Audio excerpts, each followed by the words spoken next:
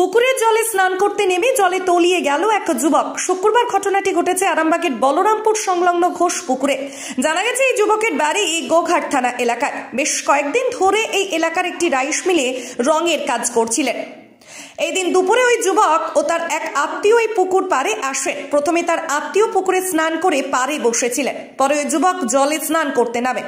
এরপরে অসাবধানতা বশত তিনি পুকুরের জলে তলিয়ে যান। খবর পেয়ে ঘটনাস্থলে ছুটে যায় আরামবাগ থানার পুলিশ। ঘটনাটা কি ঘটেছে, কি শুনলেন আপনারা?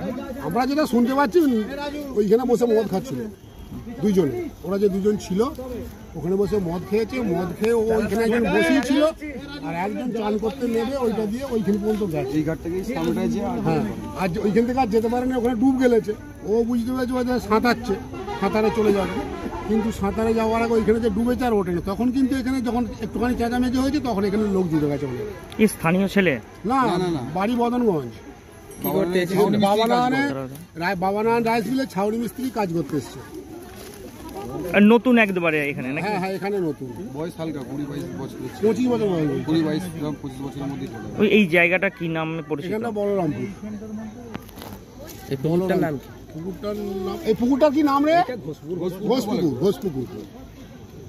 হ্যাঁ, পাওয়া যাবে জল, জাল না মানে পাওয়া যাবে জাল দিয়ে, কিন্তু বাট বেঁচে আছে বলে মনে হয় না। বেঁচে আবার থাকে না।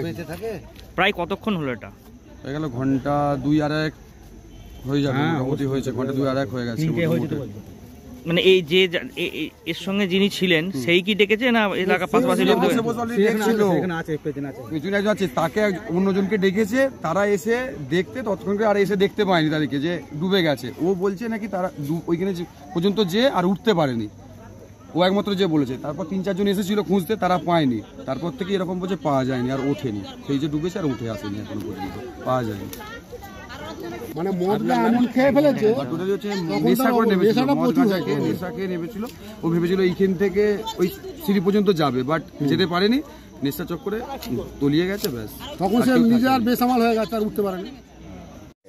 এবার একটা মেয়ে মানুষ, সে কিন্তু লাফিয়ে উঠলো। আমি তবু তাকে ওখান থেকে হাঁকছি, গিয়ে তুই মাটি পেয়ে গেছি? বলে হ্যাঁ, আমি ডুবে চলে যাব।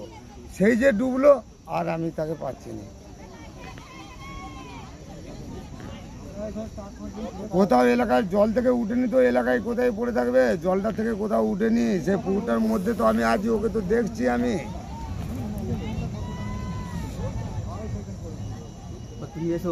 বললামপুর কি নাড়ুগোপাল হোটেল, বললামপুরে নাড়ুগোপাল হোটেল। না, এই পুলিশ টুলিশ আসছে, ওরা জালের ব্যবস্থা করছে, এরপর টানা হবে। আমি সেইখানেই আছি। বলছি দাদা, আপনার সঙ্গে জলে নেমেছিল? না, আমি তখন আড়াই ছিলেন।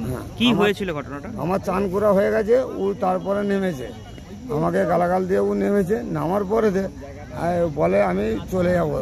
আমি বলি তুই চলে যাবি? বলে হ্যাঁ চলে যাবো। বলে সাঁতুর কেটে কেটে এসে একবার ডুবেছে, খানিকটা উঠে চলে এলো, ফের যে আবার ডুবলো, আর ওঠেনি। কোথায় বাড়ি এর?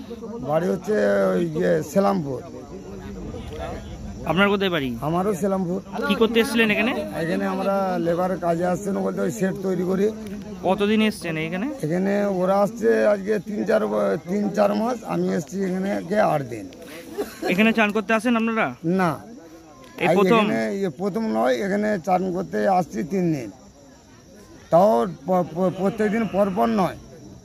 মালিক যাওয়া বারণ করেছিল, আর চান করতে এসেনি, আবার আজকে চান করতে আসছেন। সাঁতার জানেন আপনারা? হ্যাঁ, সাঁতার জানেন? হ্যাঁ, ও তো বললো জানি, আর আমরাও জানি। চান করতে আসার আগে, নামার আগে মানে কি করছিলেন আপনারা? আমি চান করে উঠে গেছি।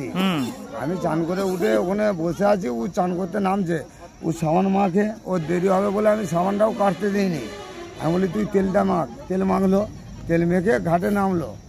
আমি বললাম তাড়াতাড়ি উঠে আয়। আর বললো আমি একটু। কি নাম জানেন? হ্যাঁ, রাজেশ। কি রাজেশ? টাইটেল জানেন? রাজীব দত্ত। কত বয়স হবে? 25 বছর বয়স। আপনি কে হন? আমি ওর কাকা সম্পর্ক হয়। কি নাম আপনার? আমার নাম শীতল পান। সব ছেড়ে ছুড়ে আমরা তো পালাবই, ফুল স্পিডে দৌড়ে যাবই। আমরা খেলবো, শিখবো, পড়বো, নাচবো, নতুন বন্ধু পাতাবই।